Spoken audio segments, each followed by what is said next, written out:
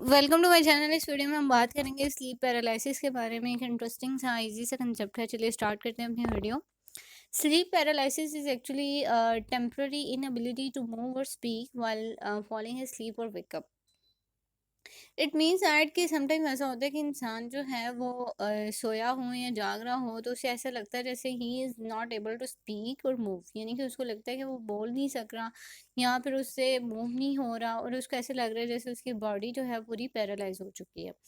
So this type of the symptoms are actually refers to that this person is diagnosed with the sleep paralysis, right. और इसको हम sleep disorder भी कहते हैं।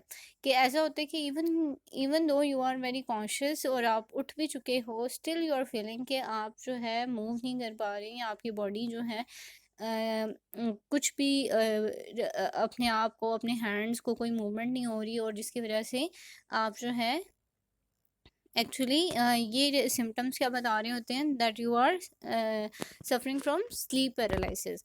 इसके अलावा क्या हो सकता है कि इसमें आपको सेंसेशंस नहीं हो रही होती हैं और समटाइम ऐसा भी होता है कि that you are feeling very hallucinations, यानी कि एक पर्सन जो है अगर उसको स्लीप पैरालिसिस है तो मे बी वो जब अपने टांगों पे खड़ा होगा या देख रहा होगा तो उसको ऐसे लगेगा जैसे उसको कोई जो है वो टच कर रहा है, ठीक है। तो हेलुसिनेशन भी होती है कि आपको ऐसे इवन दो आपके साथ कोई कुछ भी ऐसा नहीं हो रहा लेकिन स्टिल यू आर फीलिंग कि कोई है जो आपको इस तरह से आपको मूव करने की कोशिश कर रहे हैं या कोई आपको टच कर रहा है। तो ये फीलिंग्स जो हैं बेसिकली स्लीप पैरालिसिस की होती हैं, ये सारे सिस्टम।